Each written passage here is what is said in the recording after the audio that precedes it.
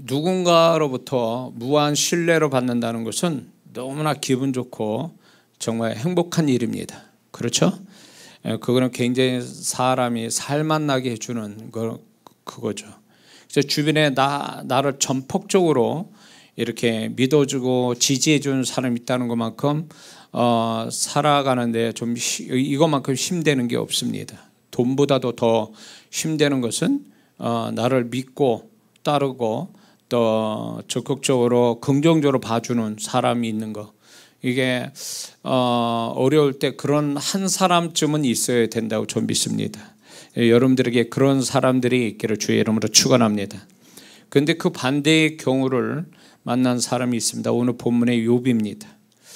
욥은 하나님이 너무 그를 신뢰함으로 인해서 사단에게 제한적으로 욥의 고난을 허락하시죠. 욥의 입장에서 보면 아무 잘못도 없는데 하루아침에 날벼락을 맞은 겁니다. 하나님이 너무 신뢰하면 보호해 주시고 축복해 주셔야 되는데 반대로 너무 신뢰를 하나님이 하시다 보니까 이 욥이 정말로 생각지 않은 이해할 수 없는 고난을 받게 되죠. 그래서 하나님이 욥을 무한 신뢰한다는 이유 때문에 이틀 시간 속에 졸지의 아들 7딸 셋을 잃게 되죠. 또 다른 사람에 의해서 재산을 다 빼앗기고 아내마저도, 아내가 왜 그런지 모르겠습니다. 그 욥의 아내마저도 원래 부부 사이가 안 좋았는지 아니면 아내가 잘못된 인격을 가졌는지 알 수는 없지만 욥을 위로해 주지 못할 망정 하나님께 욕하고 죽으라고 잔인한 말로 마음의 상처를 욥에게 주게 되지요. 아마 이 그 3대 악처 중에 또 뭐 이제 다들 세계사에서 보면 3대 악처가 있다라고 하는데 아마 이 욥의 아내도 그렇지 않을까 싶습니다. 제가 볼 때 결혼을 잘못한 것 같아요. 욥은 굉장히 훌륭한 사람인데 하나님이 무한 신뢰할 만한 사람인데 아내도 그렇지 못하다는 것에 대해서 아이러니합니다. 그런데 이제 그 아내가 욥을 위로해 주지 못하고 또 마음의 상처만 주게 됩니다. 거기다가 설상가상 욥의 온몸은 악성 종기가 나서 괴로움을 당하게 됩니다. 거기에다가 이제 그의 친구들, 좀 웃기는 친구들이죠. 엘리바스, 빌다, 소발 이런 친구들이 와서 권면한답시고 오히려 그 욥의 마음을 괴롭게 합니다. 이거는 사방팔방이 욥에게 있어서는 전혀 희망이 없는 죽음보다 더한 고통을 욥은 경험하고 있는 겁니다. 욥의 입장에서 보면 이런 있을 수 없는 극단적 고통 속에서 그가 할 수 있는 일은 그냥 생명이 사라질 때까지 오로지 견디는 것만이 최선이었을 겁니다. 그런데 우리 주변에도 가만히 살펴보면 욥처럼 이런 극단적 고난은 아니어도 살아가는 데서 오는 지속적인 어려움을 견뎌내면서 살아가는 사람들이 있습니다. 어렵지 않게 만나게 되죠. 짧은 시간도 아니고 좀 긴 시간 동안 이해할 수 없는 고통과 어려움을 당하는 사람들이 주변에 있습니다. 우리가 다 아는 것처럼 한 예를 들자면 코로나 때부터 지금까지 장사가 안 돼서 고통받는 자영업자들이 수도 없이 많습니다. 그래서 이 자영업자 폐업하는 것이 정말 우리나라에 어느 때보다 더 많아져서 그 자영업자 그분만 아니라 그 가족들이 얼마나 많은 고통을 받고 있습니까? 좀 그런 분들이 보면 좀 나아질까, 뭐 코로나 지나면 나아질까 그러지만 결국 나아지지 않아서 이제 방송 프로그램에 보면 그 뭡니까? 물건 이렇게 폐업하는 데 가서 뜯어와가지고 또 대파는 중고업자들이 그게 기분 좋은 일은 아니라고 그러더라고요. 열심히 새 건데 장사도 많이 못 해보고 폐업하는, 그래서 그거를 내다 팔 수밖에 없는, 그거를 또 가져갈 수밖에 없는 그 사장은 오히려 좋은 게 아니라 마음 아파한다는 거죠. 이렇게 돈 수없이 들여놓고 안 돼가지고 폐업하는 거, 우리나라 지금 현실입니다. 그런데 이제 그런가 하면 기나긴 어려움의 시간을 잘 견뎌내서 결국 잘된 사람들도 우리는 알고 있습니다. 모 방송국에 이제 트로트 경연대회에서 나와가지고 유명해진 트로트 가수 한 사람이 있습니다. 근데 그 남자 가수가 있는데 그 남자 가수가 자그마치 24년 무명 가수 시절을 보냈다고 그럽니다. 그래서 이제 인터뷰하는 거 보면 고생 말도 없이 했다라는 거를 이제 내용을 얘기하는 걸 보면서 24년을 기다려서 결국 이제 빛을 보게 되는, 그래서 결국 잘 되는 그런 거를 이제 제가 감동을 받으면서 제가 본 적이 있습니다. 그 트로트 가수에 대해서. 그런가 하면 또 그 영화 배우인데 지금은 굉장히 유명한 천만 배우가 된 사람인데 그 사람도 15년간의 무명 배우 시절이 있었다고 합니다. 우리가 다 아는 것처럼 마동석 씨가 그렇다고 그래요.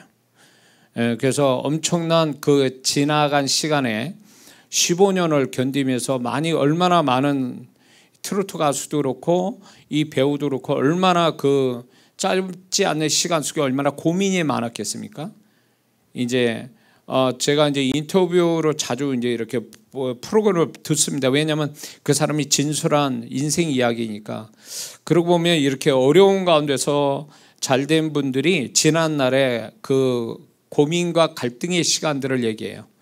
이제 처자식이 있는데 또 그거를 같이 살아야 되니까 투잡하고 쓰리잡하면서 어려움을 겪으면서도 이거를 해야 되나 말아야 되나 막 이러면서 어려운 가운데 하다가 결국 실력 있는 그런 어떤 연기로 인해서 스타가 되는 이런 분들의 그런 이야기가 감동을 주고, 또 이제 그런데 이 두 사람뿐만 아니라 이런 거를 겪어서 나중에 잘 되는 사람의 공통점은 누구도 알아주지 않은 시간들을 잘 견뎌서 그 인내로 좋은 기회를 만나게 되어 긴 무명 시절을 보상받았다라는 겁니다.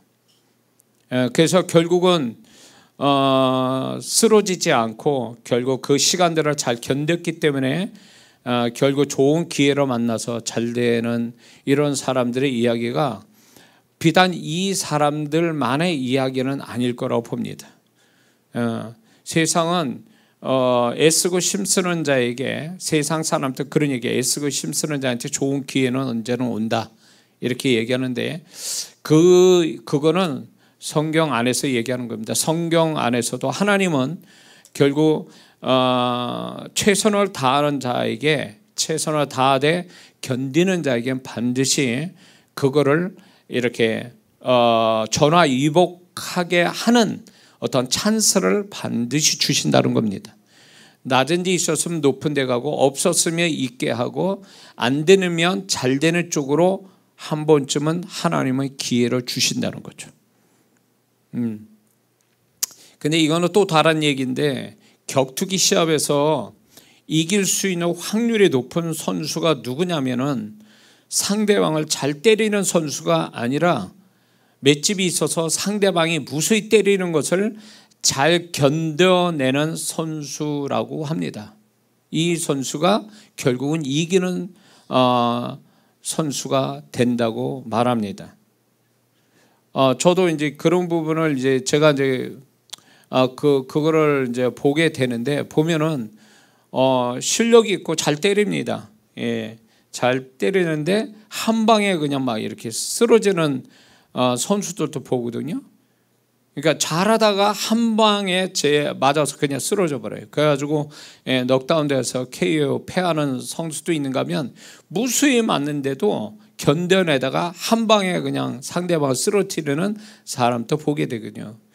그런 걸 보면 그게 인생이 아닌가 싶습니다. 잘 견뎌낸 자가 이기는 자가 된다라는 일종의 그 진리와 같은 이야기가 여기서 나오는 거죠. 그런데 이제 지금 이야기한 사람들, 제가 말씀드린 그 사람들만 아니라 우리 각자도 다른 사람에게는 말 못하고 짧지 않은 시간과 함께 고통받는 것들이 다 있습니다. 특히 신앙생활 잘한다고 하는 분들, 이런 분들도 보면은 신앙생활 잘하니까 아무 문제 없이 지금까지 신앙생활 잘했겠구나 라고 생각하지만, 자세히 들여다가 그분 이야기를 들어보면 말할 수 없는 그 지나간 시간 속에, 아니면 지금 현재까지도 여러 가지 고통을 갖고 있는 분들이 많다라는 겁니다. 그것 때문에 그분들이 더 인격이나 하나님께 더 가까이 하고, 또 하나님이 그 가운데도 더 선명하게 그분들에게 나타남을 경험하게 되거든요.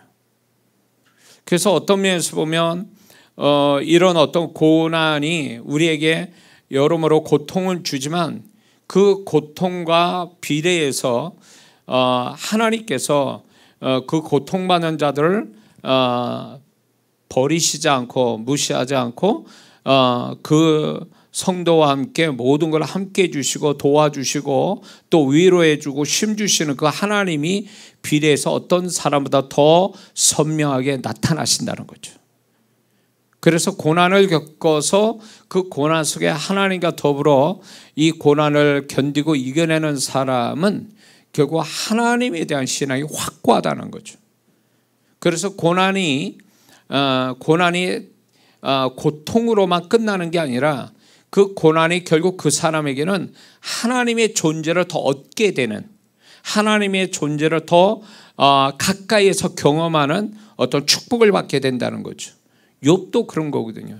뒤에 가서 또 얘기하겠지만, 욥은 그 전에는 42장 15절에 보면 하나님을 귀로만 들었다고 그랬어요. 그 이전에. 근데 이 고난을 통해서 이제 하나님을 눈으로 배웠다, 이런 표현합니다. 귀로 들은 거하고 눈으로 보는 건 차원이 다른 거거든요. 그거는 다시 무슨 얘기입니까? 욥은 고난을 받았는데 그 고난이 결국은 그 고난을 견디는 걸로 인해서 어떻게 되냐, 하나님을 더 가까이 눈으로 보는 것처럼 선명하고 분명하고 확실하게 하나님을 경험했다라고 이렇게 표현하고 있는 거예요. 고난을 통해서 고통을 받았어도 그 고통 이상의 보상을 받은 게 결국 하나님과 더불어 함께 사는, 하나님을 더 가까이 아는 하나님의 사람이 되는 것, 이게 고통과 고난의 견딘 끝에 오는 엄청난 보상을 욥이 받은 거죠. 그러므로 우리 삶 속에, 저도 그랬지만 여러분에게도 그런 것들이 분명히 있을 겁니다. 스스로 이해할 수 없고 힘들고 속상하고 화가 나기도 하고, 그렇다고 싸워서 될 일도 아니고, 버릴 수도 끊을 수도 없고 떠날 수도 없고, 극단적으로 표현하자면 자신이 죽기까지는 끝나지 않을 것 같은, 자신에게 애물단지 같은 어떤 질병, 어떤 일, 어떤 사람, 어떤 관계, 어떤 장소, 어떤 재정적 문제들이 있을 수 있습니다. 이게 복합적으로 가진 삶도 있지만, 한 가지가 긴 시간 동안 괴로움을 당하는 것들도 있을 수 있거든요. 그것들로 인해서 괴로운데, 거기다가 하나님께 아무리 기도해도 말씀은 없으시고, 신앙생활을 하는데도 스스로 생각하기를 과연 자신의 이런 문제를 해결하는데 신앙생활에 도움이 되는지도 모르겠고 확신은 못 갖고, 그런 생각까지 들면서 신앙생활을 안 하자니 불안하고, 하자니 어떤 획기적인 변화들은 없고, 자신이 잘 되기를 애쓰는 것이 시간 낭비만 하는 것 같고 소용없는 것 같고, 이런 문제들이 오랫동안 지속되어서 이 문제가 해결나기 전에 자신이 먼저 죽을 것 같고, 포기하거나 주저앉거나 그렇게 할 것 같고, 또 자신은 이런 문제들 때문에 무기력함과 우울증 걸릴 지경까지 가는 것이 있을 수도 있습니다. 이거는 지금 이 내용을 제가 자세히 얘기하는 것은 제가 또 경험한 얘기이기 때문에 그래요. 아마 제 경험이 아마 여러분의 경험이라고 볼 수도 있어요. 문제는 다른데 겪는 건 다 똑같거든요. 이런 마음이 들어오거든요. 기도할 마음도 안 생기고, 기도해봐야 공허한 것 같고, 하나님은 어디 계신지도 모르겠고, 지금 나는 혼자 이 고난을 받다가 그냥 죽을 것 같고, 이런 마음들 때문에 모든 게 좀 뭐랄까 소망은 없고 그냥 이렇게 살다가 이러다가 나는 이러다 끝날 것 같다, 뭐 이런 비관적이고 부정적인 마음을 이렇게 가지면서 살아가는 믿는 자들이 있습니다. 우리가 예수 믿고 구원받아 신앙생활한다 해서 맨날 룰루랄라 그런 건 아니거든요. 어쩌면 그런 시간들보다 주님 앞에 눈물을 흘려야 되고 갈등과 고민과 절망감과 어떤 그 괴로움들이 더 많은 날들이 있을 수 있거든요. 시편 90편의 모세는 그렇게 얘기하잖아요. 우리의 연수가 70이요 강건하면 80이라도 우리의 연수의 자랑은 수고와 슬픔뿐이다. 우리 인생은 제가 표현하기를 날씨로 표현하자면 비가 오려고 먹구름이 딱 낀 그 상태와 같다라는 거예요. 그러다가 가끔가다 여러분들이 차로 타고 가다 보면 가끔가다 하늘에서 먹구름을 꼈지만 한 줄기 빛이 이렇게 내려오는 것 같은 그런 하늘을 본 적이 있을 겁니다. 저는 그걸 보면서 그렇지, 저것이 우리 인생이지. 한 줄기 빛 때문에 그것 때문에 위로받고 힘을 얻고 또 소망을 가지고 또 살아가는 거지, 이런 생각이 들기도 하죠. 근데 우리는 누구에게 말 못할 이런 문제들이 있어요. 이런 것 때문에 내 마음 안에는 온갖 잡동사니 마음들이 막 나를 더 괴롭히는 거죠. 그러니까 어쩌면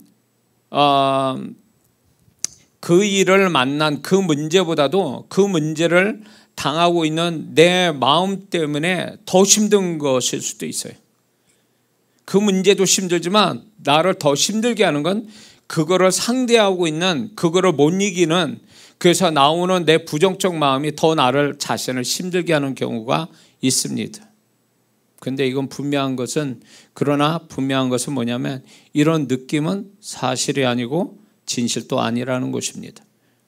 사실인 것처럼 진실인 것처럼 우리는 확신을 갖지만 사실 그거는 진실도 아니고 사실도 아니라는 거죠. 그거는 단지 자신을 스스로 속이는 불행한 현상이 지나지 않는다는 것입니다. 우울한 환경에 영향받은 자신의 혼의 반응으로 그렇게 생각될 뿐이라는 것입니다. 그래서 우리가 어떤 문제를 가졌을 때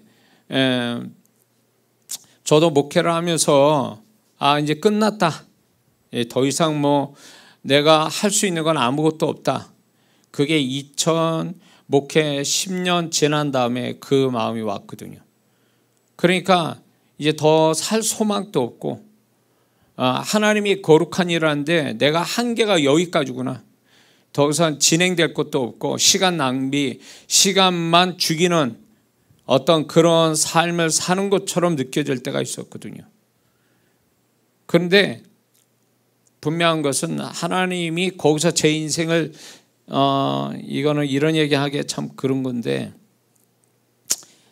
그때 이제 제가 한계를 느끼고 이제 더 이상 발버둥 쳐도 안 되고 이제 내 인생은 여기서 끝나는 것 같다라고 하니까 그 생각하니까 하나님 이제 제 생명을 여기서 끝내는 게 좋겠다고 제가 그 마음을 제가 그렇게 고백한 적도 있어요.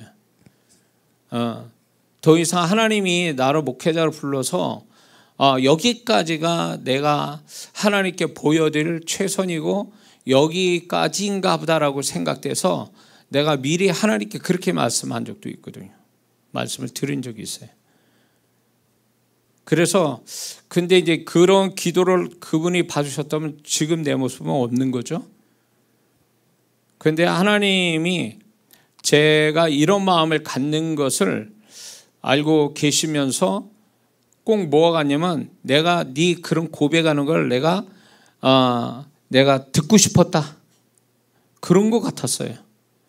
모세가 호렙산에서 80세 돼가지고 하나님의 부르심 받을 때 뭐라고 얘기했습니까? 나는 아무것도 아닙니다. 내가 누구간데, 이 얘기는 나는 아무것도 아닙니다. 왜냐면 나이도 먹고 이제 그 어떤 뭐 권력의 줄도 없고 이러니까 자기는 이렇게 살다가 양만 치다가 양치기 생활하다 끝나는 게 정해져 있으니까 그게 보이니까 이제 끝났다고 생각한 거예요. 나는 아무것도 아닙니다, 이렇게 말한 거죠. 그런데 하나님은 그걸 기다리셨던 거, 그 고백을 40년간 기다리신 거예요. 40년간을. 그 전에도 저도 이제 열심히 특심이라 저도 남한테 지기 싫어하고 제 나름대로 뭘 해보려고 했지만은 희한하게 하나님의 일은 열심 가지고는 안 되더라고요. 내 열심 가지고. 하나님 일은 세상 일을 제가 그렇게 열심히 했으면 지금 부장되고 뭐 임원이 됐겠죠. 회사 다녔으면. 근데 아무리 열심히 해도 이거는 답이 안 나와. 계속 마이너스예요. 10년, 목회 10년 지나가니까 이게 사람의 열심과 능력 가지고 되는 일이 아니구나라는 걸 목회 10년 지나고서 알게 됐어요. 그러니까 이제 나는 더 이상 내가 더 이상 할 일은 없다. 예. 내가 최선을 다해서 여기까지 왔으니까 한계가 여기까지니까 하나님이 이제 정하셔서 어떻게 했으면 좋겠다라고 제가 고백한 적이 있죠. 근데 이제 그때 저를 데려가시지 않고 여기까지 살게 하신 건 분명히 또 이유가 있을 거라고 봅니다. 그리고 제 사명이 있기 때문에 또 살게 하신 은혜가 있는 겁니다. 여기에 그런 분들이 우리 성도들 또 유튜브 성도에 이런 성도가 있을까 봐 주님이 지난주에 이제 이 말씀을 강렬하게 저한테 메시지를 주시면서 감동을 주셔서 제가 이 말씀을 준비를 한 거거든요. 아마 저같이 아니면 저보다는 거기까지는 안 갔어도 지금 해결되지 않는 문제가 계속 살아가면서 이렇게 괴롭히는 그런 좀 상처가 아물만 하면 다시 터져가지고 고통받는 그런 일들을 여러분들이 가지고 있다면 오늘 이 메시지가 여러분이 들은 대로 하나님께서 이 말씀대로 역사하실 줄로 믿습니다. 이런 상황에서 이제 지금 답도 안 나오고 뭐 하나님 음성도 없고 내가 하고 있는 게 전부 다 이렇게 낭비되는 것 같고 안 되는 것 같고 이런 상황에 우리가 알아야 될 것은 이런 자신을 괴롭히는 문제 속에서 견딘다는 것이 하나님 앞에서 어떤 것일까라는 걸 좀 생각해 볼 필요가 있습니다. 견딘다. 우린 지금 오늘 본문에 욥의 인내라고 얘기하잖아요. 그 욥의 인내를 다른 표현으로 하자면 욥이 견딘 거를 얘기하는 거예요. 욥이 견딘 게 뭘 의미하느냐는 거예요. 우리가 지금 삶에 해결나지 않는 것 같은 내 능력 바깥에서 자꾸 내 능력 가지고는 안 돼서 지금 계속 나를 붙어서 떨어지지 않게 나를 괴롭히는 그런 것들에 대해서 우리는 견딘다라고 표현하는 거예요. 인내한다라는 말보다는 견딘다는 게 과연 무엇일까라고 할 때 견딘다는 건 최소한 영적으로나 심령적으로 고난, 고통이 오기 이전보다 고난, 고통이 오기 이전보다 더 나빠지지 않는 것을 말한다는 거죠. 견딘다는 건 최소한 고난과 고통 이전보다 하나님께 더 멀어지지 않는 걸 의미한다는 거죠. 견딘다는 것은 최소한 이전보다 더 악해지지 않는 것을 의미하는 것입니다. 견딘다는 걸 뭘 더 하는 게 아니에요. 그냥 그 전에 하나님께 잘했던 그거를 생각하면서 그 자리에 그냥 머물러 있는 거예요. 더 뒤로 가지도 않고 앞으로 가지도 않고 그냥 그 자리에서 그냥 꿋꿋하게 쓰러지지 않는 채 서 있는 그 자체가 견딘다라는 거죠. 왜 이런 말을 하냐면 견딘다라는 이 말을 왜 하냐면 견디다 보면 상태가 이전보다 더 나빠질 확률이 높기 때문에 그렇습니다. 견디다가 상태가 더 나빠지는 경우가 허다하게 많거든요. 어떤 사람은 6개월만 견뎠어. 그리고 6개월 지나가서 사람이 망그러지는 경우가 있거든요. 1년 견뎠어. 근데 1년 견딘 결과도 없고 그거는 계속 갈 수밖에 없어서 1년하고 1개월 만에 쓰러져서 그냥 못 견디는 그런 사람들도 있거든요. 그래서 자기가 견딜 수 있는 데까지 견디다 못하면 결국 견딘 것이 지금까지 견디어온 것이 아무 의미 없고 견딘 한계를 넘어가면 이제 더 나빠지는 그 문제 때문에 더 나빠지는 확률이 더 높다라는 거예요. 그래서 견디고 있다는 그 자체만으로도 대단한 거예요. 끝까지 어디까지 해결이 보여지는 뭔가 이 문제가 해결이 되어지는 어떤 시작점이 생길 때까지 견디는 그 자체는 굉장한 거라는 거예요. 왜냐하면 거기까지 못 가서 도중에 다 타락하고 변질되고 쓰러지고 자빠지고 이런 사람이 수도 없기 때문에 그래요. 그래서 앞으로 안 가더라도 뒤로 안 간 상태에 그냥 서 있는 그 자체만으로도 이게 하나의 능력이고 하나님이 긍휼을 베푸시는 하나의 계기가 된다는 거예요. 제 경험으로 봐도 그래요. 그냥 견디는 거 이 자체가 사람들을 볼 때 야 그게 뭐 대단한 거냐, 너 지금 하고 있는 거 계속 하고 있는 게 뭐 대단한 거야, 좀 더 뭐 열심히 하고 뭐 이래야지. 그런데 하나님은 그렇게 생각 안 하신다는 거예요. 내가 네 입장을 안다는 거예요. 네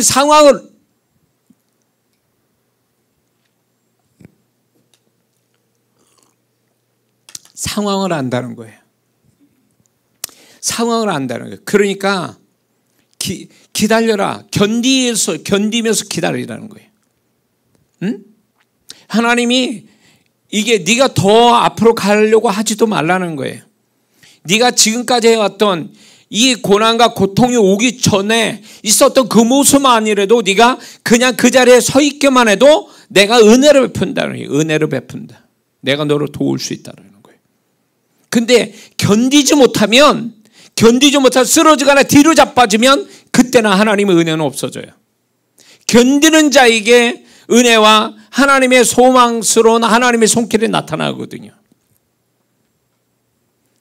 여기에 그런 성도 있을까 봐 미리 말씀드립니다. 지금은 이제 견뎌서 나는 더 이상 못 견뎌서 이제 포기하렵니다. 끝내려고 합니다. 어떤 식으로 이제 여기서 도망가려고 합니다. 아니요. 그러면 지금까지 견딘 게 아무 소용이 없어져요. 하나님은 그렇게 하시지 않습니다. 견디는 그 자리에서 반드시 이김을 주시는 하나님이시거든요. 견디는 현장을 벗어나면 그 사람은 이미 하나님의 손길을 벗어나는 것 같아요. 응?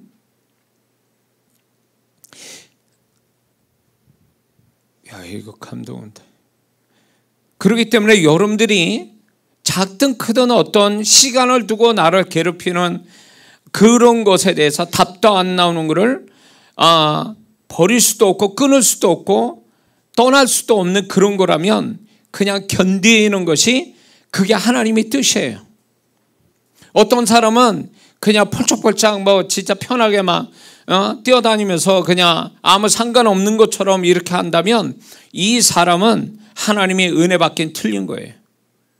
나하고 관계된 것들이잖아요.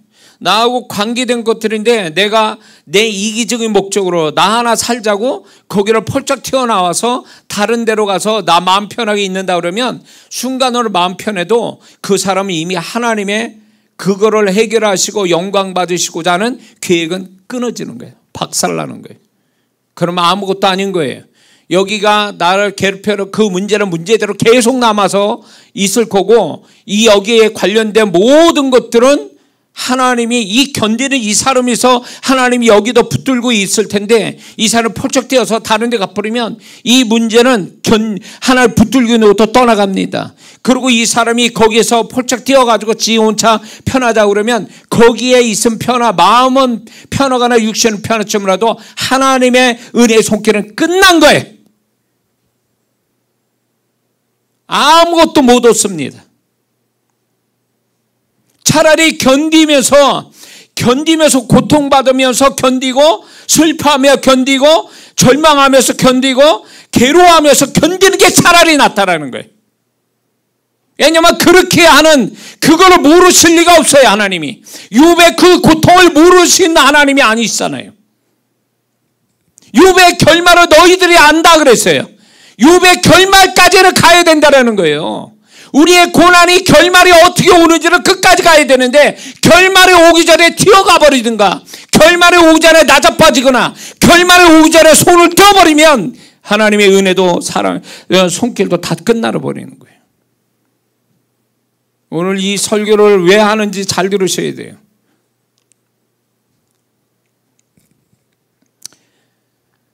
견딘다라는 것은 더 적극적인 의미로 마음으로 문제를 감당할 수 있는 것을 의미하는 겁니다.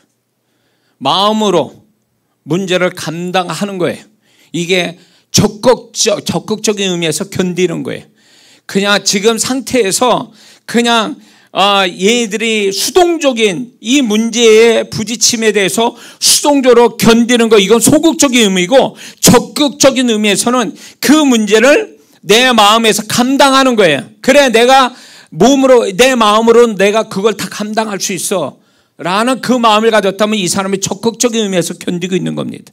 또 하나, 견딘다라는 것은 더 적극적인 의미로 마음으로 문제를 긍정적으로 이해한다는 걸 의미한다는 거예요.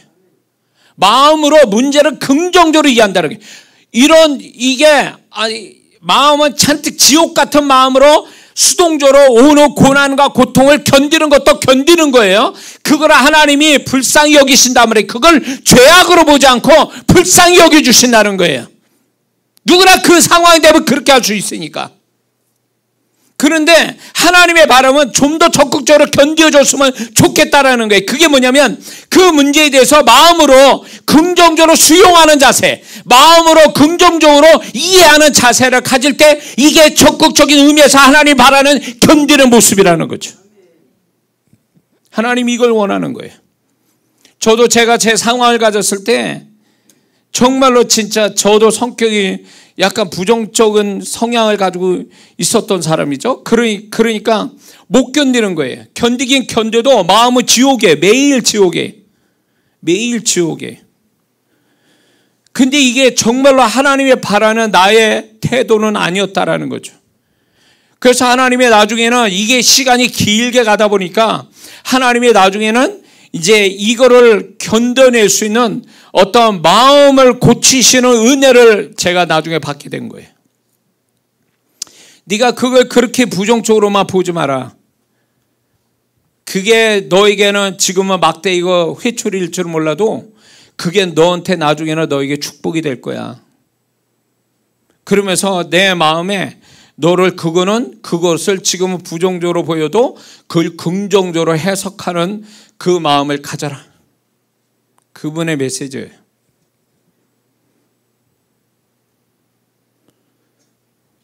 제가 언제 한번 간증한 적이 있을 겁니다. 괴롭히는 성도, 예배 마치면 전화 걸어가지고 안 좋은 이야기를 늘 했던 그 성도분들, 성격이 인격이 문제가 있어가지고 괜히 조금만 문제가 있으면 꼬투리 잡아서 괴롭히는 성도분들이 있었어요. 초기에. 그 성도분들로 인해서 마음이 너무 힘들었거든요. 그래서 제가 그런 기도했어요. 저 성도를 좀 딴 교회 가게 해달라고. 제가 그러겠지만 그 성도는 떠나지 않더라고요. 사명을 받은 것 같아. 나 괴롭히라고. 근데 이제 제 아내 박 목사는 성격이 묻어나니까 잘 감당해. 근데 나는 못 견디는 거야. 못 견뎌서 괴롭더라고요. 막 이러다가 내가 화병 걸려서 죽을 것 같더라고요. 근데 그게 결국은 하나님이 그 성도분들을 어떤 식으로 이렇게 저렇게든 품게 되고 견디고 이런 것들이 결국은 나중에 그 성도는 떠났어요. 내가 떠나라고 떠난 것도 아니고 그분들이 어찌어찌 해서 하나님이 또 딴 교회로 가게 하셨는데, 그걸 통해서 제가 느껴지는 게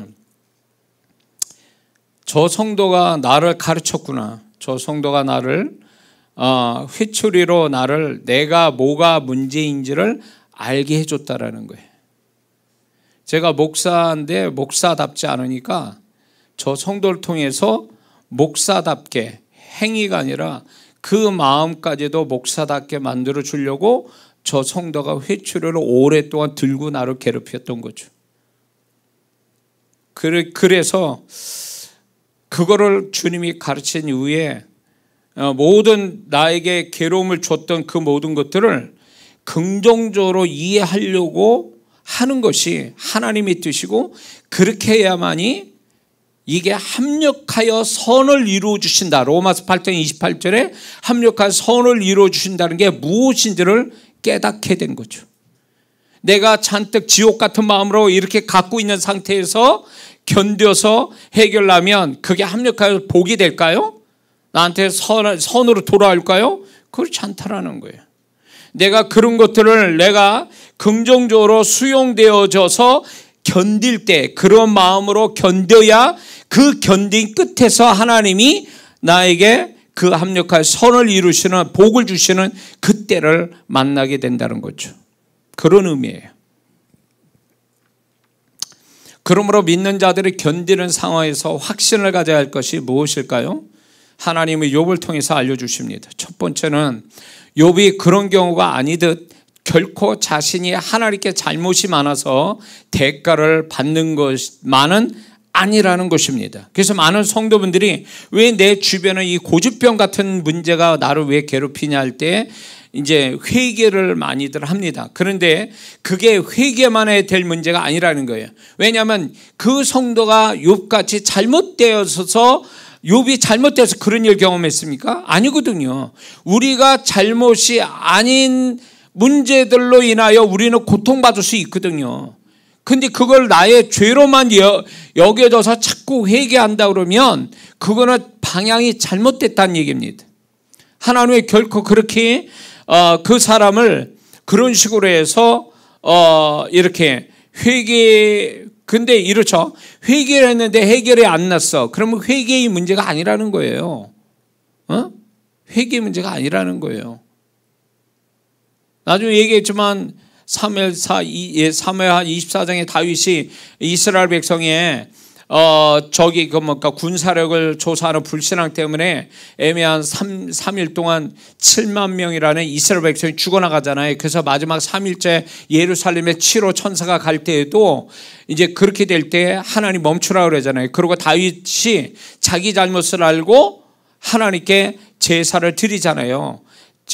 번제와 화목제를 드리고 나서 비로소 자기 잘못을 인정했을 때 재앙이 멈췄다 그랬거든요. 회개를 했으면 멈춰야지.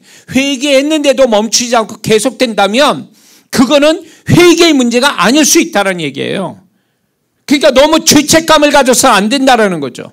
마귀는 우리의 문제가 고질적인 문제로 나를 괴롭히면요, 마귀는 속이거든요. 우리를 네가 잘못이 너무 많아서 하나님 앞에 넌 대가를 치르고 있는 거야, 이런 식으로 우리를 죄책감 빠지게 만들거든요. 절대 그렇지 않습니다. 그런 게 아니에요. 욥이 언제 잘못해서 고난을 받은 겁니까? 아니거든요. 그렇기 때문에 죄책감 때문에 해석을 잘못하면 안 돼요. 자기의 고집병을, 문제들을. 그렇게 하면은 이 사람은 답을 못 찾아간다는 거죠. 뺑뺑이 도는 거예요. 계속 제자리에서. 그럴 확률이 높습니다. 그런 게 결코 아니라는 거예요. 달리 해석을 해야 된다는 거예요. 회개했으면 끝나야지. 회개했는데도 끝나지 않으면 그 회개의 문제가 아니라는 거예요. 물론 문제가 있을 때 회개하는 건 잘하는 거예요. 그러나 회개를 했음에도 불구하고 해결이 안 난다면, 끝나지 않는다면 그건 다른 문제, 다른 원인에 의해서 그럴 수 있다는 것을 우리는 알아야 될 줄 믿습니다. 두 번째, 우리는 견디는 상황에서 무엇을 확신해야 되냐면 욥처럼 하나님이 그리하셨듯 성도가 견딜 만한 것이기에 하나님이 허락하셨다는 것입니다. 성도가 견딜 만하니까 허락하신 거예요. 욥이 그거를 다 끝내, 그 고난을 다 감당돼서 신앙을 지킬 걸 하나님 아셨기 때문에 허락하신 거예요. 고린도전서 10장 13절에 우리가 감당치 못할 시험을 허락지 아니하신다 그랬거든요. 하나님이 고난도 견딜 만한 자에게 고난을 주시지 견딜 수 없는 자한테 고난을 주시지 않아요. 그렇기 때문에 어쩌면 우리가 내 책임도 아니고 내가 원인 제공자도 아닌데 생기는 문제에 대해서, 고질적인 문제에 대해서 자꾸 내 책임인 것처럼 생각해서는 안 돼요. 그냥 하나님이 내가 이런 것들을 잘 감당할 수 있으니까 하나님이 일시적으로 허락하셨다라고 생각을 해야 된다는 거죠. 하나님이 일시적으로 허락하신 거예요. 견딜만 하니까. 그러니까 견딜 만한 신앙이 되니까 하나님이 허락한 거예요. 신앙이 어린 사람은 아예 그런 것도 허락지 않아요. 왜냐면 그거 초과하는 어떤 그 고난과 고통이 그 사람의 역량에 초과하며 죽을 수도 있고 잘못될 수 있는 걸 하나님이 아시기 때문에 그 이상은 주시지 않는 거예요. 그래서 고난 또 아무나 받는 게 아니에요. 자기 원인 제공자도 아닌 데서 오는 고난은 아무나 받는 게 아니에요. 그만한 믿음 있고 하나님께 신뢰받는 자만이 고난을 받는 거예요. 그래서 남들의 고난을 보면서 아유 죄가 많아서 저렇게 고난받는구나, 문제가 많아서 저렇게 고난받는, 그렇게 해석하면 안 된다. 그거는 교만한 거예요. 하나님이 어떤 뜻을 가지고 그 사람한테 고난을 허락한지도 모르면서 함부로 그렇게 말하면 안 된다라는 거예요. 에? 그냥 그렇게 해도 저 성도는 하나님이 저걸 감당할 만하게 하시니까 허락해 주셨구나, 믿음이 그렇게 좋으니까 저렇게 하나님은 허락하셨구나, 이렇게 긍정적으로 해석해 줘야 되는 거예요. 믿습니까? 세 번째는 욥처럼 끝까지 견디는 자에게 결말을 주신다는 확신을 가져야 됩니다. 그것도 해피엔딩으로. 그렇죠? 욥은 해피엔딩으로 끝났잖아요. 하나님은 그거예요. 너의 견디는 것이 끝에 가서 해피엔딩으로 끝나기를 내가 바란다는 거예요. 그거를 욥에서 우리에게 샘플을 우리에게 보여주신 거예요. 그렇기 때문에 우리가 견딜 수밖에 없는 그것은 비극으로 끝난다는 건 하나님 뜻이 아닌 거예요. 욥처럼 욥의 결말을 우리에게 주시기를 원하시는 거예요. 견디는 자에게 욥의 결말을 주시는 것이 하나님의 뜻이라는 거예요. 그것도 해피엔딩으로 끝나는 거. 그런다는 거죠. 지금 굉장히 날이 덥죠. 이게 벌써 이렇게 열대야도 사라져야 되는데 저도 어제 잘 때 땀 흘리고 잤어요. 지금 그렇습니다. 그런데 우리가 이 여름을 견디는 이유가 뭡니까? 가을이 곧 옵니다. 아무리 걱정스럽게 열대 때문에 잠을 못 잤고 잠을 못 자니까 눈이 이렇게 얼굴이 붓더라고요. 또 그렇습니다. 그러나 아주 선선한 가을은 곧 올 겁니다. 그 가을이 오기 때문에 이제 우리는 견디고 있는 거죠. 이 또한 지나가게 될 겁니다. 우리의 고난이 우리는 생각하기에 영원토록 나를 죽을 때까지 나를 괴롭힐 것 같지만 믿는 자의 고난은 그렇게 하나님이 허락한 일은 없어요. 끝까지 내 죽을 때까지 나를 괴롭히는 고난과 고통이 있을 수 없다라는 거죠. 그래서 하나님은 우리가 이제 욥의 결말을 내가 너한테 보여줬는데 너희도 지금 견딜 수밖에 없는 거라면 욥을 보며 소망을 가져라. 내가 욥을 마지막에 어떻게 했는지를 보며 너도 이 욥이 욥만의 문제가 아니라 너를 위해서 욥을 내가 샘플로 세웠다라는 거예요. 그러므로 욥을 보면서 하나님이 이제 나를 해피엔딩, 지금은 슬퍼서 좌절하고 절망하면서 견딜 수밖에 없지만 하나님은 나에게 해피엔딩으로 끝나게 하시겠구나 라는 것을 욥을 통해서 너는 그거를 소망하라고 말씀을 주시는 겁니다. 믿습니까? 네 번째는 욥처럼 견디는 시간이 결코 무익한 시간이, 낭비된 시간이 아니라는 것입니다. 욥은 고난을 견딤으로 인해서 신앙 성장을 했다는 것입니다. 아까 말씀드린 욥기 42장 5절 6절에 내가 주께 대하여 귀로 듣기만 하였사옵더니 이제는 눈으로 주를 배움나이다. 그러므로 내가 스스로 하나여 티끌과 제 가운데 회개하나이다. 이 욥은 드디어 그 고난의 끄트머리 42장에 가서는 이 욥은 결국은 하나님을 귀로만 듣는 게 아니라 눈으로 보는 그런 어떤 그분의 선명하고 가까이 계신 하나님을 경험했다는 거예요. 그의 고난이 신앙 성장을 가져왔다는 거예요. 그의 고난이 하나님을 더 가까이 가는 계기가 됐다는 거예요. 그렇기 때문에 우리가 견디는 것이 시간 낭비고 나를 괴롭히는 하나의 그런 시간들이 아니라 이거는 결국 나한테 내 존재에 대한 하나님의 축복을 주시는 시간들로 끝을 낼 거라는 거예요. 믿습니까? 다섯 번째는 욥처럼 견딘 끝에는 충분한 축복이 예비되어 있다는 것을 우리에게 이거를 확신을 가지라고 말씀하는 겁니다. 욥이 10절에 보면 다시 10자녀를 갖게 됩니다. 근데 여기서 세 장가를 갖는지 알 수는 없어요. 성경 그렇게 안 나옵니다. 거기 원래 본처에서 애를 가진 건지 알 수는 없지만 일단은 하여튼 열 자녀를 다시 고스란히 하나님께 받고 그리고 재산은 2배로 불었습니다. 하나님이 2배로 축복하셨어요. 이게 욥처럼 견딘 자에게 주시는 마지막은 축복이다. 이거를 그분이 우리에게 계시해 주고 있는 것입니다. 그러므로 우리가 내 죄가 아닌 내가 원인 제공자도 아닌 그걸로 해서 우리가 내가 책임져야 될 거기 때문에 내가 그 어떤 그거와 연결됐다란 그 하나 가지고 내가 책임져야 되는 그것 때문에 내가 붙들어서 내가 당하는 어려움과 고통과 힘듦과 이런 것들로 인해서 견딜 수밖에 없다 할지라도 하나님은 그 견딘 끝에 예비된 축복이 있음을 욥을 통해서 말씀해 주고 있는 거예요. 우리에게 모든 게 다 그게 있다라는 거죠. 할렐루야.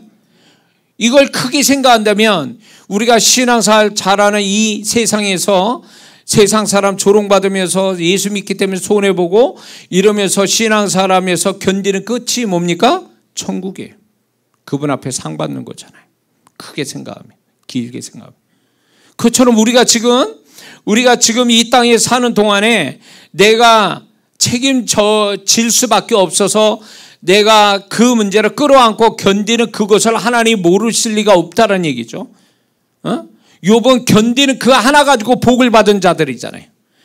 욥은 그 하나 가지고 복을 받았거든요. 그가 자녀를 책임졌습니까? 아니면 아내를 책임졌습니까? 누구를 책임졌어요? 자기 하나 책임지고 자기 신앙을 하나님 앞에 끝까지 그 신앙을 유지하고 견뎠잖아요. 그걸로 보상을 받았잖아요. 그런데 우리가 가진 거는 욥처럼 나 몸뚱이 하나만 가지고 견디는 문제가 아니잖아요. 나 하나 가지고 나 하나의 문제만 가지고 견딘다면 그냥 충분히 할 수 있는데 보면은 신앙 좋은 사람은 자기만 몸뚱이 하나만 가지고 견디는 게 아니라 나하고 관계된 사람들이 있어요. 가족들이 있어요. 가까운 사람이 있어요. 어떤 일들이 있어요. 뭐 이런 여러 가지 연결된 것들이 있어요. 그것 때문에 끌통하는 거예요.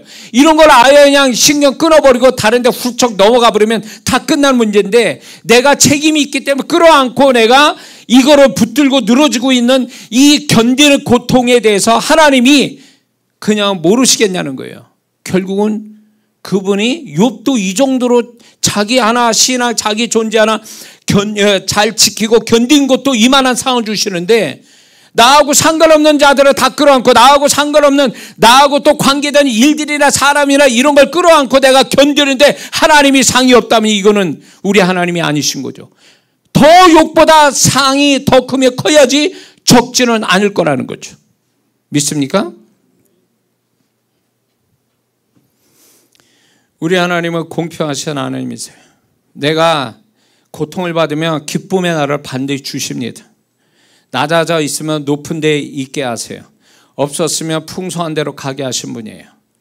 그렇기 때문에 우리가 견디는 끝을 봐야 돼요. 그래서 우리는 내가 지금 이걸 견디는데 나는 끝을 볼 거다. 나는 끝을 봐서 하나님이 내가 견디는 것에 대한 보상을 반드시 받겠다. 이 믿음을 가지고 살아야 될 줄 믿습니다. 6번째는 욥을 통해서 알 수 있는 것은 고난은 짧고 축복은 길다라는 걸 확신해야 됩니다. 고난은 짧고 축복은 길다. 42장 16절 17절을 보면 욥기에 그의 고난 후에 행복한 140년을 살아 자손 4대를 보았다고 그랬습니다. 그리고 더 살다가 죽었다라고 끝을 맺습니다. 욥기서가. 결국 욥이 얼마 만에 고난을 받았는지 성경 기록되어 있지 않아요. 근데 분명한 사실은 욥이 고난을 받은 것보다 그가 그 이후에 행복한 삶을 하나님 140년이고 플러스 알파 더 살게 하셨다는 걸 보면 욥이 고난보다 축복이 길었다는 것을 의미하는 거죠. 이걸 요셉을 통해서도 알 수가 있습니다. 요셉은 13년 고난을 받고 바로의 총리가 돼서 80년을 그는 행복하게 살았다는 거예요. 13년 고난받고 80년을 행복하게 살았다. 이게 하나님의 법칙이에요. 믿는 자를 하나님께서 그의 삶 속에 견딜 수밖에 없는 것들이, 그 시간들이 있지만 그게 결코 길지는 않을 거라는 거예요. 어떤 시간에 그 견딘 끝에 오는, 그 다음에 오는 축복에 비하면, 그 축복의 시간에 비하면 고난의 시간은 짧다라는 거예요. 근데 우리는 고난을 받고 견뎌야 되는 이 시간이 하루에 24시간이 가는 게 아니라 하루에 48시간 흘러가는 것처럼 느리게 가는 것처럼 느낄 수 있거든요. 그러나 그건 우리의 느낌일 뿐이에요. 내 고난이, 이게 나는 이렇게 더디 가서 해결 안 난 상태로 나는 나이 먹고 병 들고 이러다가 이 고난 때문에 죽을 것 같다. 그러면 비극이죠. 근데 하나님은 반드시 이 고난이 그때는 더딘 것 같아도 후에 하나님의 축복을 받고 뒤돌아보면 내 고난은 짧았네, 하나님이 축복은 길었네 라고 간증하게 된다는 거죠. 믿습니까?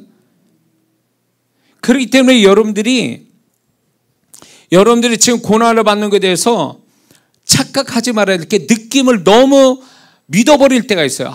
나 지금 죽겠어, 죽을 것 같아, 너무 이게 고난이 커, 너무 시간이 안 가, 이게 너무 길게 가, 막 이런 식으로 느낌 받는 그 자체가 속는 거예요. 사단이 속이는 거예요. 견디지 말고 끝장을 내라는 거지. 빨리 자빠지라고, 엎어지라고, 튀어가라고. 아니요, 그렇게 되는 게 아니에요. 여러분, 고난받는 그 현장에서 고난을 이겨서 견뎌서 복받은 자잖아요. 그렇기 때문에 여러분이 지금 견디는 그것이 불행의 현장이요, 불행의 시간을 갖고 있는 게 아니라 그것은 하나님께 더 축복을 받기 위한 하나님의 지금 시간은 흘러가고 있는 거예요. 그 하나님 시간을 만나게 된다는 거예요. 어디에서? 견디는 그 시간에서. 믿습니까? 견디는 시간 속에서 축복을 받는 거예요. 견디지 않고 다른 데 튀어가면 그 견디는 시간에 의미가 없어져 버리는 거예요.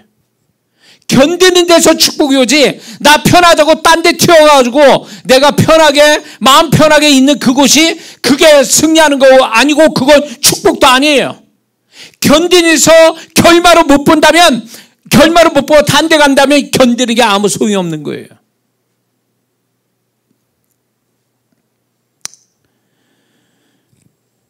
저는 한 가지, 하나님께서 좋은 성격 중에 하나가 좋은 거를 저도 이제 나중에 발견하게 된 건데, 저도 몰랐던 성격이었어요. 근데 뭐였냐면, 제가 과거에 운동을 할 때도, 이게 한번 그 이제 시합을 하고 이제 이렇게 대련을 한다 그러죠. 그러면 저는 성격이 될 때까지 하거든요. 맞으면 더 파고드는 성격이에요. 맞으면. 그래서 저는 뭐가 안 된다 그러면 될 때까지 오히려 안으로 파고드는 성격이거든요. 튀어나와서 딴 데로 가버리는 성격이 아니라 나는 거기서 끝장을 본다, 이러다가 나는 하다가 죽어도 좋다라는 식으로 안으로 파고드는 성격이라는 걸 저도 알게 됐어요. 근데 그게 하나님이 나를 축복하는 하나의 내 성격의 좋은 점이 바로 이거였던 거를 알게 된 거예요. 그러니까 저는 안 되는 거다라면 다른 데로 가는 게 아니라 될 때까지 파고들어서 돼서 된 다음에 다른 데 가더라도 다른 데 가지, 안 되는데 바로 튀어가지고 다른 데 가는 것은 제 성격상 안 맞아요. 그러니까 하나님이 저를 그걸 쓰시는 것 같아요. 안 되는 쪽에 놔두고 어떻게든지 되게 하려고 파고들어가는 그 성격을 저를 쓰시는 것 같아요. 근데 제가 볼 때 그 성격이 저한테는 유익한 것 같았어요. 저는 그게 하나님이 이런 거를 바라신다는 거죠. 네가 지금 힘들고 견디는 게 힘들다고 폴짝 뛰어서 네 편한 대로 간다? 이거는 하나님 뜻이 아니라는 거예요. 모든 것이 결말이 있다라는 거예요. 욥의 결말이 있듯이 우리에게도 견디는 거에 결말이 있는데 그 결말을 보기 전에 움직이면 아무것도 아니라는 거예요. 그렇기 때문에 하나님은 끝까지 견뎌서 끝을 보라고 우리에게 계속 성령으로 말미암아 푸시하는 거예요. 위로와 격려와 힘도 주시고 너 이렇게 하면 안 된다고 계속 우리를 압박을 가하는 성령의 어떤 내 안에 역사하는 것을 여러분들 알고 있어야 된다는 거죠.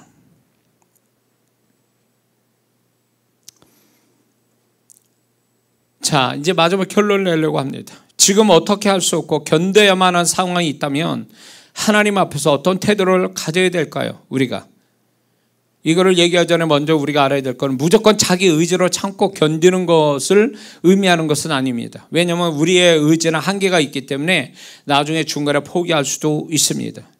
그리고 무책임하게 문제에서 도망간다고 해결되는 것도 결코 아니라는 것입니다. 그러면 어떻게 해야 되냐? 그리스도인다운 견딤은 뭐냐 할 때 첫 번째는 믿음을 가지고 견디는 겁니다. 히브리서 11장 1절에 믿음은 바라는 것들을 실사해.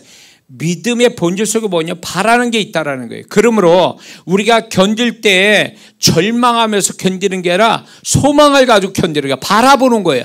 지금보다 더 잘 될 거를 바라보는 것.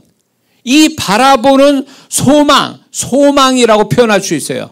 이 바라보는 게 있는 그 가운데 견디는 것, 그게 믿음이고 그런 자에게 결말을 주신다고 약속하고 있습니다. 그러므로 앞으로 이 견딤으로 인해서 더 잘 될 것을 바라보는 것, 그것이 잘 견디는 그리스도인다운 견딤이 된다는 걸 우리가 잊지 말아야 될 줄 믿습니다. 두 번째 그리스도인다운 견딤은 하나님과 소통할 때, 그렇게 또 하나님과 소통을 그 가운데서 가질 때 위로와 힘을 공급받게 된다는 것입니다. 그래서 우리가 견뎌야 되는 상황이라면 그런 사람은 하나님과 더 많이 깊게 소통해야 됩니다. 그래야 거기에서 위로와 힘을 공급받는다는 거죠. 근데 어떤 성도는 견뎌야 되는 상황 속에서 하나님께 가까이 가는 게 아니라 오히려 멀어지는 성도가 있어요. 그럼 하나님으로부터 모든 게 와야 되는데 하나님부터 공급받는 거 없이 견디면 이 사람은 결국 중간에 포기하고 나자빠질 수밖에 없다는 거죠. 그래서 우리가 견뎌야 되는 상황이면 다른 사람보다 더 많이 주님 앞에 가까이 가서 그분을 만나는 자가 되어야 돼요. 믿습니까? 세 번째는 욥처럼 자신의 잘못은 없는지를 살펴서 회개할 기회를 가져야 한다는 것입니다. 그것이 빠르게 끝을 내주시는 은혜가 온다라는 것입니다. 욥이 아까 얘기한 것처럼 귀로만 듣다가 눈으로 보게 됐습니다. 그러므로 내가 스스로 하나하고 특글과 제 가운데 회개합니다. 회개를 딱 하고 나니까 비로소 그의 고통이 끝나고 그의 축복이 시작됐다는 거예요. 이 회개함으로 인해서 고통이 끝나고 축복이 시작됐다는 거예요. 응? 그러면 우리가 신앙생활 할 때 우리가 여러 가지 이제 견뎌야 되는 상황일 때 누구를 탓하지 말고 그걸 통해서 나 자신을 발견하면서 내가 회개할 거로 회개할 줄 안다면 이게 문제를 빨리 끝내는 끝을 보게 하는 하나님의 은혜를 받게 된다는 것이라는 겁니다. 믿습니까? 아까 얘기한 사무엘하 24장에 다윗이 자기 잘못을 알고 하나님께 제사를 드리니까 그 제사를 딱 드리니까 재앙이 멈췄다. 그러면서 사무엘하 24장 25절로 끝나거든요. 근데 그 25절이 뭔지 아세요? 그가 제사를 드렸더니 재앙이 그쳤더라 이렇게 나오거든요. 그걸로 24장이 끝나요. 그러니까 우리가 어떤 견뎌야 되는 상황이라면 누구를 탓하거나 원망하지 말고 내가 그걸 통해서 나를 자세히 들여다보면서 하나님께 미처 발견하지 못한 나의 잘못에 문제가 있다면 그거를 회개할 줄 아는 사람이 될 때에 하나님이 그에게 만약에 문제가 있다면 그거를 빨리 해결해 주시고 빨리 결말을 주시는 은혜가 뒤따라온다는 걸 분명히 말씀해 주고 있습니다. 네 번째는 견디는 상황 속에서도 주님이 도우신다는 걸 확신하고 어떻게 도우실지를 발견할 줄 알아야 된다는 것입니다. 견디는 상황이라도 홀로 광야에서 홀로 있는 자처럼 되게 하시진 않거든요. 하나님이 그 속에서 어떻게든지 돕고 계시는 게 있을 수 있거든요. 그거를 발견할 줄 알아야 돼. 그게 위로가 되고 쉼이 됩니다. 히브리서 2장 18절에 자기가 시험을 받아 고난을 당하선즉 시험 받는 자들을 능히 도우시느니라. 주님이 이렇게 말씀한다는 거죠. 그래서 우리는 견뎌야 되는 그 고통의 시간들 속에서 뭘 봐야 되냐면 그분이 나를 어떻게 돕고 계시는지를 그걸 뒤져봐야 돼. 자꾸 봐야 돼. 거기서 내가 소망이 있고 위로도 되고 쉼도 되고 기쁨이 생길 수 있으니까.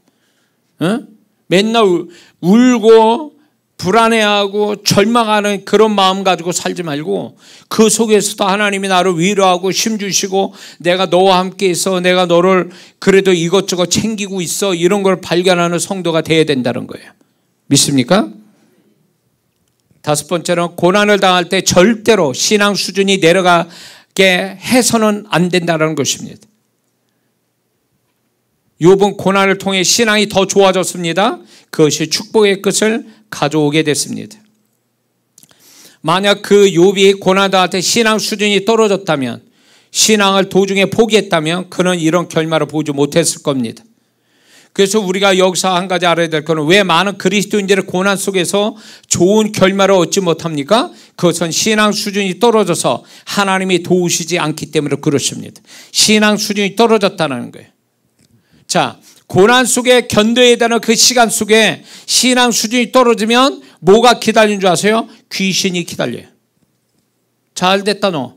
어려운데 너 신앙 떨어졌지? 너 하나님과 멀어졌지? 그러면 뭐하고 가까워진다는 거예요? 하나님과 멀어지면 죄가 가까워지고 귀신과 가까워진다는 뜻이에요. 세상과 가까워진다는 거예요. 그러면 그 사람은 그 견디는 것도 힘든데 거기다 신앙 수준이 뚝 떨어져 버리면 그분의 결말도 못 보고 귀신에 잡혀가지고 고난을 더 받게 돼 있는 거죠. 그렇기 때문에 우리는 견뎌야 되는 시간 속에 어떻게든지 그 신앙만큼은 지키고 있어야 돼. 나의 하나님 앞에 나의 존재값은 지키고 있어야 된다는 거예요. 그래야 하나님이 끝을 내주시는 그분의 손길을 보게 된다는 거예요. 고난이 뭘로 끝났습니까?